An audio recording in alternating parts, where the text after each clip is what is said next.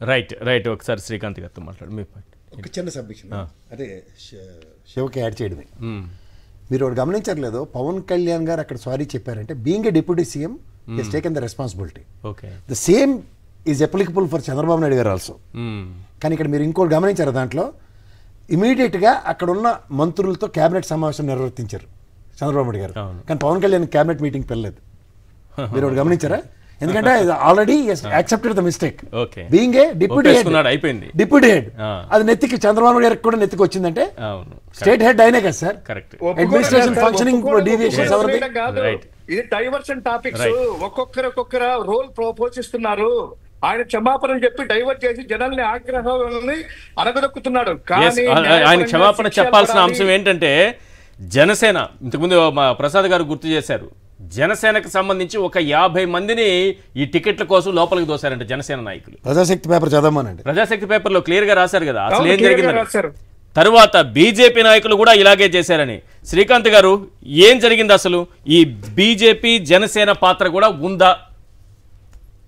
మొదటగా అందరికి ప్యానెల్లో ఉన్న సభ్యులకి, టీవీ మన సాక్షి టీవీ యాజమాన్యానికి, వీక్షకులకి అందరికీ కూడా నా హృదయపూర్వక నమస్కారాలు తెలియజేస్తున్నా.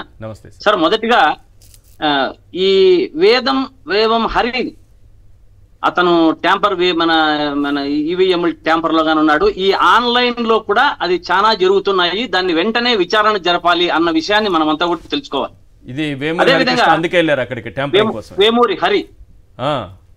వేమూరి హరిని ఈ విచారణలో అతని మీద ఏదన్నా కేసు కానీ మనం చూసుకొని సుమోటివ్గా గానీ పెట్టి దాని మీద అతన్ని విచారణ జరపాలి. First point.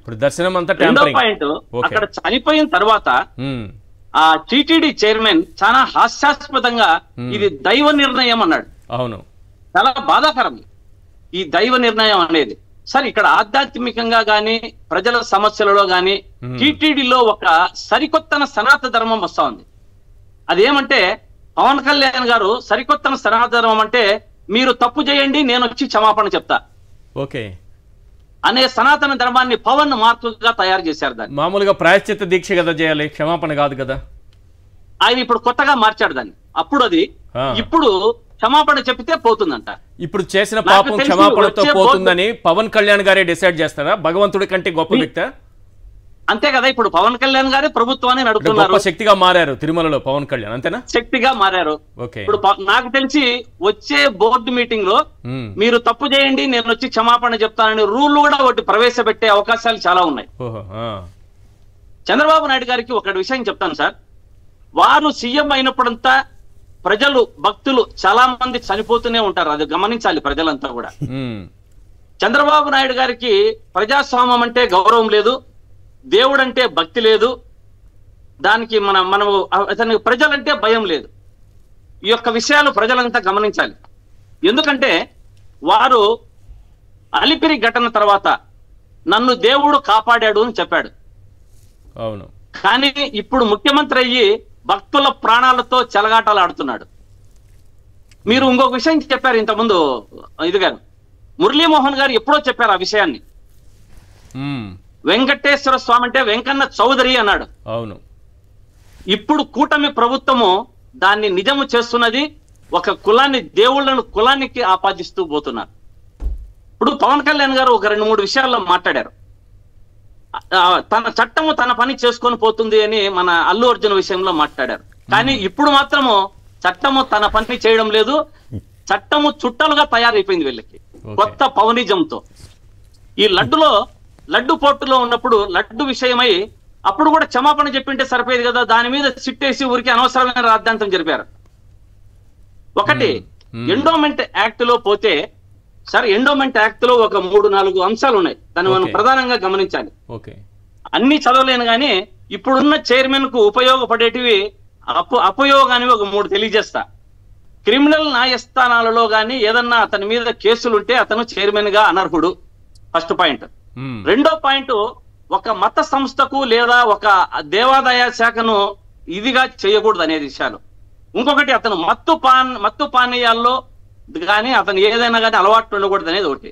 ఈ 3 కూడా ఒకసారి మనం పరిగణలోకి తీసుకుంటే క్రిమినల్ విషయాల్లో మన హైదరాబాద్ లో అతని మీద క్రిమినల్ కేసులు, హౌస్ బిల్డింగ్ సొసైటీ దేంట్లోనే క్రిమినల్ కేసులు ఉన్నాయి. అదే విధంగా మత సంస్థకు లేదా ధార్మిక సంస్థలకు అతను చేసిన అపయోగాలు ఏమంటే TV5 ద్వారా టీటీడీ గాని దేవాదాయ శాఖలో గాని అతను లేనివి ఉన్నట్టుగా ఉన్నది లేనట్టుగా సృష్టించి దేవాదాయ శాఖను గాని టీటీడీ గాని అప్రతిష్ట పాలు చేశాడు అన్నది గమనించాలి.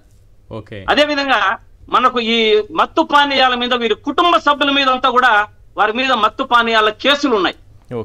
ఇటువంటి వారిని మనం ఏదన్నా కానీ సుమోటోగా తీసుకుంటే వెంటనే పదవిలో నుంచి కూడా తప్పించే అవకాశాలు చాలా ఉన్నాయి ఈ 3 అంశాల మీద. ఇది సెక్షన్ 18, సెక్షన్ 19 అనే ఎండోమెంట్ యాక్ట్స్ లో ఇవన్నీ ఉన్నాయి. ఇది చెప్పండి సార్, ఈ జనసేన బీజేపీ ఆ రోజు ఏం చేశాయి? వాళ్ళ మనుషులకు టికెట్లు ఇప్పించుకునేటటువంటి కుట్ర జరిగిందా? పవన్ కళ్యాణ్ క్షమాపణ చెప్పడం వెనుక కూడా ఏదో దాగి ఉంది అనేది. భానుప్రకాష్ రెడ్డి ఆధ్వర్యంలో భానుప్రకాష్ రెడ్డి బీజేపీ వాళ్ళు చాలా నీతులు మాట్లాడుతుంటారు. ఉన్నదంతా టీటీడీలో మాఫియా గ్యాంగ్ దింపారు 5-6 మందిని. దాని ద్వారా టీటీడీ, బీజేపీ, కూటమి వీరందరూ కలిసి ఈ కూటమి వారికి అందరికీ ఒక్కొక్కరికి టికెట్ ఇవ్వాలని చెప్పి ప్రత్యేకంగా పథకాన్ని ఒకటి ఉపయోగించుకొని ఆ పథకం ద్వారా పార్కులో పెట్టి టికెట్లందరికీ ఇవ్వాలనేది జనసేన, బీజేపీ, టీటీడీ వాళ్ళు, మన టీడీపీ వాళ్ళందరికీ కూడా అక్కడ పెట్టారు. కానీ ఆ దేవుడు కూడా దీన్ని క్షమించలేదు. ఈ యొక్క విచారణ జరగాలి కదా అప్పుడు. భానుప్రకాష్ రెడ్డి పైన, బీజేపీ జనసేన నాయకుల పైన, ద్వితీయ శ్రేణి నాయకులే కదా ఇవంతా చేసేది. వాళ్ళ విచారణ జరగాల. 100% విచారణ జరిపించాలి. కూటమి సభ్యుల పైన అంతా కూడా టీడీపీ పార్టీ గాని, జనసేన పార్టీలో గాని, బీజేపీ వాళ్ళ మెంబర్స్ వారు పతికిన పథకాలు. ఎందుకంటే అక్కడ అధికారులు అనధికారికంగా చెప్పే విషయం ఇదే. బోర్డు మెంబర్లు వాళ్ళందరూ కలిసి మాకు టికెట్లు ఇవ్వాలని చెప్పి ఈ యొక్క పథకాన్ని ప్రయోగించారు. కానీ బలి పశువును మమ్మల్ని చేస్తున్నారు అని అంటున్నారు. కానీ ఈ చట్టానికి చుట్టాలని మన ఒక క్యాస్ట్ ఈక్వేషన్ గా చూపిస్తే అక్కడ జీఓ జేఈఓలదే అధిక ప్రాధాన్యత ఉంటుందనేది గమనించాలి. కానీ ఇక్కడ చైర్మన్ కి అంత ఉండదు. కానీ చైర్మన్ దాన్ని మన ప్రయోగంగా తీసుకుంటూ ఇక్కడ ఈఓలను జేఈఓలను డమ్మీలు చేస్తూ అక్కడ ఉన్నటువంటి అధికారాన్ని చేతిలో పెట్టుకుని ఈ యొక్క ఇదంతా విషయాలు అంతా ముందుకు పోతున్నాయనే దాన్ని గమనించాలి. చంద్రబాబు గారు ముందుకు నడుస్తుందా కేసు? ఇది అసలు ఈ విచారణ జరుగుతుందా? 100% విచారణ ఈ 3 దానిల మీద నేను చెప్పాను కదా, హరి మీద ఒకటి, ఈ 3 విషయాల మీద విచారణ జరిపితే ఉన్నదంతా బయటపడుతుంది. యాక్చువల్ గా చైర్మన్ ఇమ్మీడియట్ గా సస్పెండ్ చేయాలి సార్. దీనికి కారణం అంతా చైర్మన్, ఈఓ, జేఈఓ కదా. వీరందరినీ పక్కన పెట్టి అక్కడ ఉన్నటువంటి వేరే వాళ్ళని తీసుకొని వచ్చి ముందుకు తీసుకొని ప్రకారం పోతే మనకు అది ఇది ఎలా కుదురుకుంటుంది? కాబట్టి ఈ యొక్క విషయాలంతా కూడా పాలక మండలి సభ్యులు జరిగే లోపు టీటీడీ బోర్డునంతా మనము వాళ్ళు క్యాన్సిల్ చేయాలన్నది ప్రధాన డిమాండ్ చేస్తున్నాం. ప్రజలంతా కూడా గమనించాలి. ప్రతి ఒక్కరి తప్పితం ఉంది అక్కడ.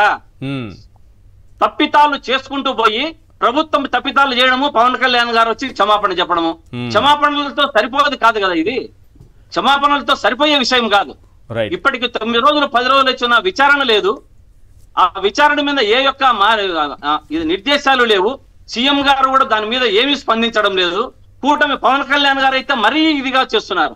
ఆయన అస్సలు స్పందించే దీని మీద అన్ని దానిల మీద నేను సనాతన ధర్మం అంటూ ఆయన కొత్త సనాతన ధర్మాన్ని నిర్వచనాన్ని క్షమాపణ చెప్పితే పోతుంది అనే విషయంలో చెప్పడం చాలా ప్రజలంతా కూడా నిస్సహాయ స్థితిలో ఉన్నారు ఈ యొక్క విషయం.